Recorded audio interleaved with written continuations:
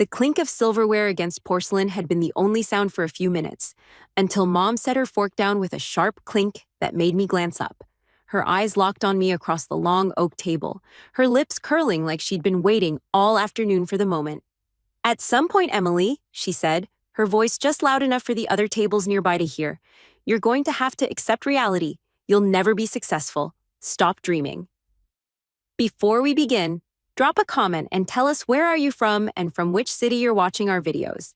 And after watching the whole video, don't forget to tell us, what would you do in this situation? Be honest. Tell me in the comments below. We read every comment. Let's begin. The words hung in the air, slicing through the hum of the crowded restaurant. I felt heat creep up my neck, but I didn't speak. Across from me, my sister smirked into her wine glass, clearly enjoying the public humiliation. Dad didn't even look up from his steak. The chatter at our table stilled. My cousins looked down at their plates. The waiter, who'd been refilling water at the table beside us, slowed slightly, pretending not to hear but clearly listening. I gripped my napkin under the table so tightly the edges bit into my palms.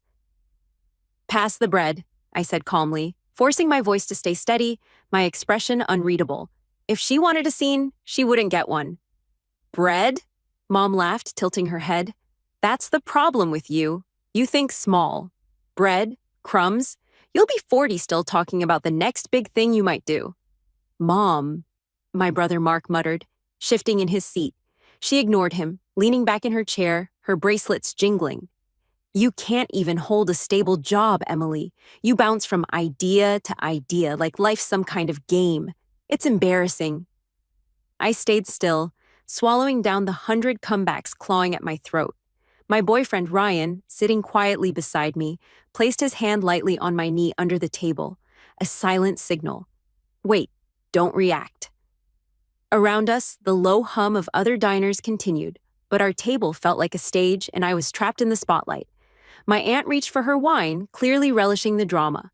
My sister caught Mom's eye and whispered, "Told you she wouldn't say anything." I broke a piece of bread, my fingers steady now. "Are you done?" I asked softly. Mom gave a dramatic sigh, waving her hand dismissively. "Eat your bread, Emily." The rest of lunch passed in thinly veiled tension. Every laugh from my family felt edged with something sharp. Ryan's jaw was tight, his blue eyes flicking from face to face like he was cataloging every insult. When the bill came, Mom snatched it before anyone else could reach. "I've got this," she announced loudly, making it clear she was the one paying. "It's important to treat family, especially the ones who can't treat themselves." Ryan didn't say a word, neither did I. We simply left when the plates were cleared, walking out into the bright Sunday afternoon. In the parking lot, he stopped beside his black SUV, turned to me, and said in a low voice, "Emily, I think I'm going to do something about today." I frowned. "Ryan, don't." He opened the passenger door for me, his expression unreadable. "You'll see." I slid in, not knowing that the next 24 hours would flip everything upside down, and that by Monday afternoon, my family would be sitting at that same table again. Only this time, Ryan would be the one holding the keys to the place. Monday morning hit with that restless heaviness you get when you didn't sleep enough but your brain wouldn't shut off anyway. I stood at the kitchen counter with a mug of coffee, staring at the steam curling upward. Ryan had left early, telling me he had meetings. He didn't elaborate, and I didn't push. But the way he kissed my forehead before leaving, it wasn't his usual goodbye. My phone buzzed with the family group chat lighting up. "Sophie, lunch at Bella Mars again next Sunday?" "Mom, works for me. That place is perfect for family gatherings." I scrolled without responding. Bella Mars, the same place she'd gutted me in front of half the dining room. The humiliation still sat in my chest like a brick. The day dragged, but around 3 p.m., Ryan called. "Are you free around 5? I frowned. "Why? What's going on?" "Just be ready," he said. "Wear something you feel confident in." When Ryan said confident, he didn't mean flashy. He meant the kind of clothes where I could walk into a room and feel unshakable. I picked a black fitted blazer, dark jeans, and ankle boots. Simple, strong. At exactly 5, his SUV pulled up. He stepped out, looking infuriatingly composed in a navy suit, the crisp white shirt open at the collar. No tie. The way his hand found the small of my back as I slid into the car made my pulse skip. We drove in silence for 10 minutes before I noticed the familiar brick building at the end of the block. My stomach tightened. Ryan, why are we going to Bella Mars? He just smiled faintly. You'll see. We pulled into the private parking area behind the restaurant, a space reserved for the owner and management. My confusion deepened when the head chef, Miguel, who'd worked there for years, stepped out the back door, wiping his hands on his apron. His eyes landed on Ryan and lit up. Boss, Miguel said, grinning. Everything's ready for you. Boss? Ryan gave him a nod. Appreciate it, Miguel. You'll meet Emily. She's with me. My brain was still trying to connect dots as we walked inside through the kitchen, the smell of garlic and rosemary wrapping around us. Staff glanced up from their stations, and I noticed something subtle in their expressions. Respect. We stepped into the main dining area, empty, now before the dinner rush. The soft lighting reflected off polished wine glasses. Ryan led me to our table, the same one where Mom had staged her little performance yesterday. I sat slowly, my palms brushing the linen tablecloth. Ryan? What's going on? He sat opposite me, leaning forward. Emily, you sat here yesterday and swallowed every insult, every little jab, without letting them see you break. That took more strength than they'll ever understand. I can't undo what they said, but I can make sure next time you're in this room, the power's in your hands. Before I could respond, the front door opened. 2 men in suits walked in, lawyers. One set a thick folder on the table and slid a page toward Ryan. Congratulations, one said. It's official. As of this afternoon, you own Bella Mars. I blinked. You what? Ryan's smile widened slightly.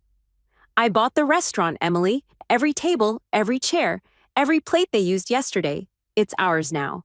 My breath caught. I looked around the space, suddenly seeing it differently. This wasn't just a restaurant anymore. It was a stage, and the next act was mine. Tomorrow, Ryan continued, I'm inviting your entire family here for lunch. Same table. Only this time, the bill's on you. I couldn't help it. I laughed. Not the polite kind, but the kind that felt like letting go of a weight I'd been carrying for years.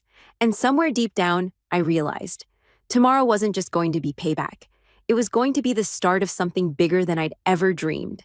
By the time my family walked into Bella Mars the next day, the table was already set for 8.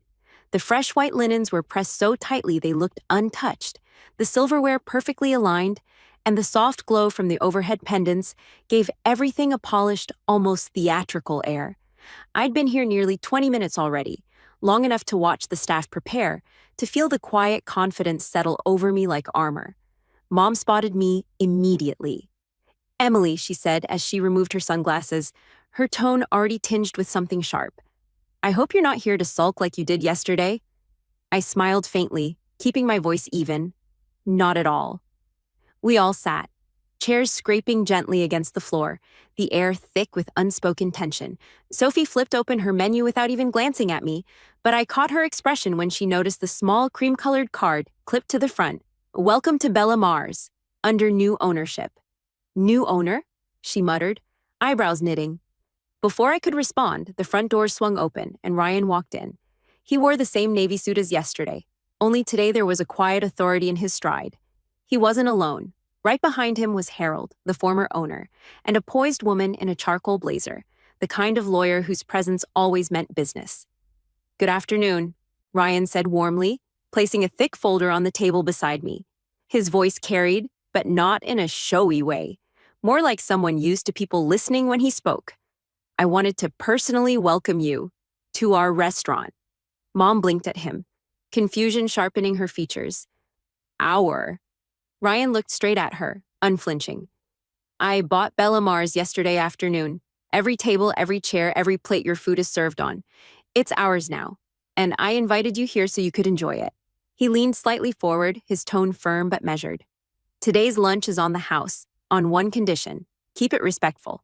Sophie gave a short, disbelieving laugh, shaking her head. You've got to be kidding. You're making this some kind of grand gesture? No, Ryan said evenly. This isn't a stunt.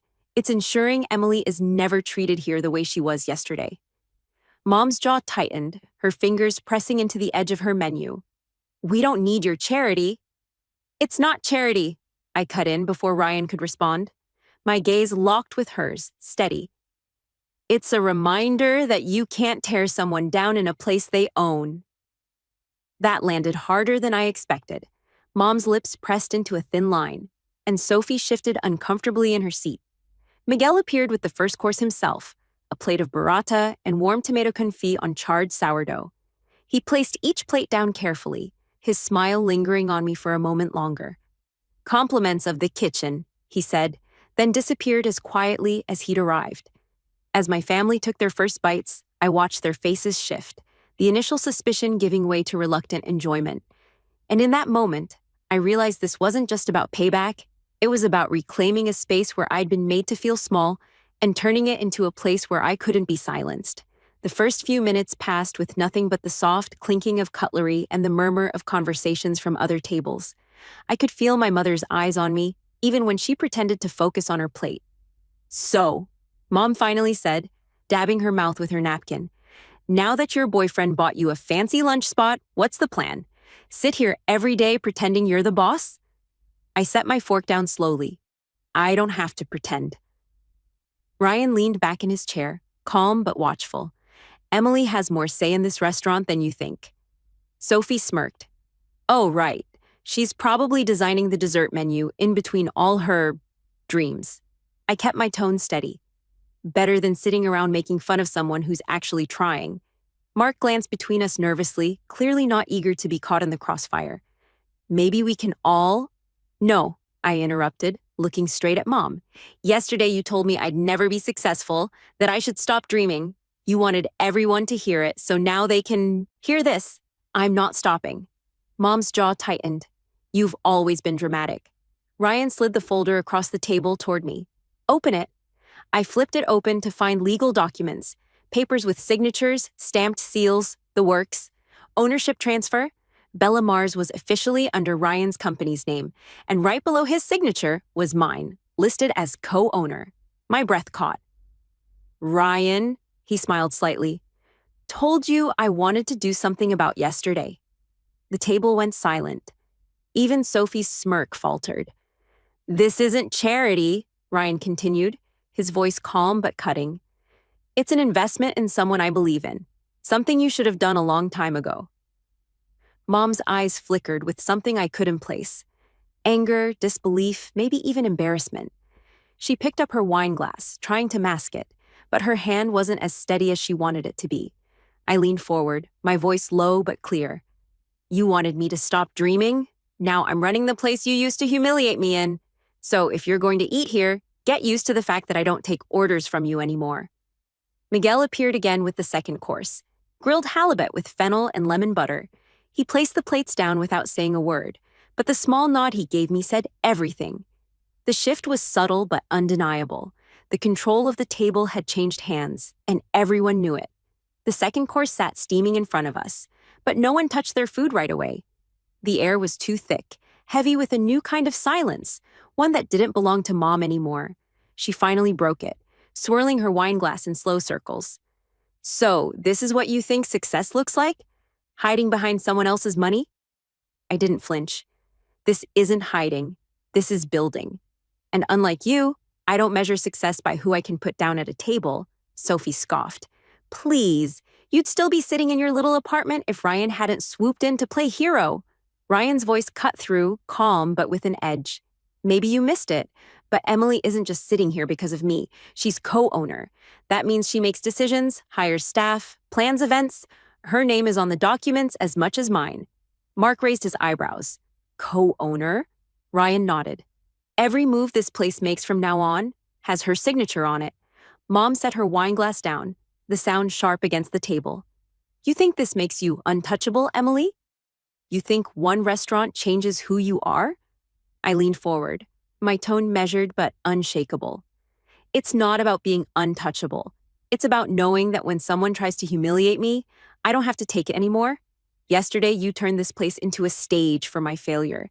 Today, it's my stage, and I decide who gets a seat at the table." Miguel passed by, catching the words. Without a word, he topped off my water glass, a quiet show of loyalty that didn't go unnoticed.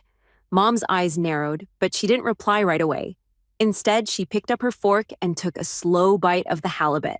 I watched her face as the flavor hit. She wanted to enjoy it, but pride wouldn't let her admit it out loud.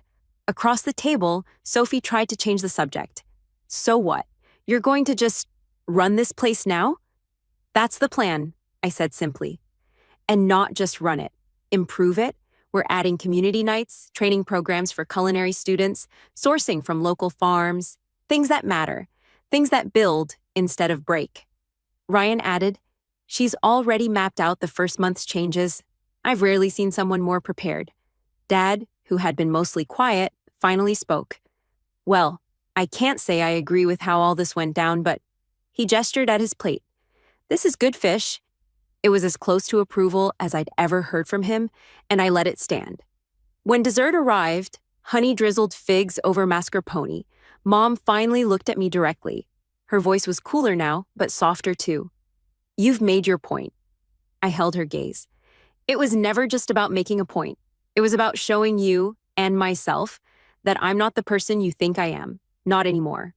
Ryan leaned back, satisfied. Then I'd say lunch is a success. We all sat in that strange mix of tension and quiet acceptance. My family might never give me the kind of support I wanted, but it didn't matter anymore. I had built something that couldn't be taken away with a few cutting words over lunch. And as they stood to leave, passing through the restaurant I now co-owned, I realized something. I hadn't just taken back control of the table. I'd taken back control of myself.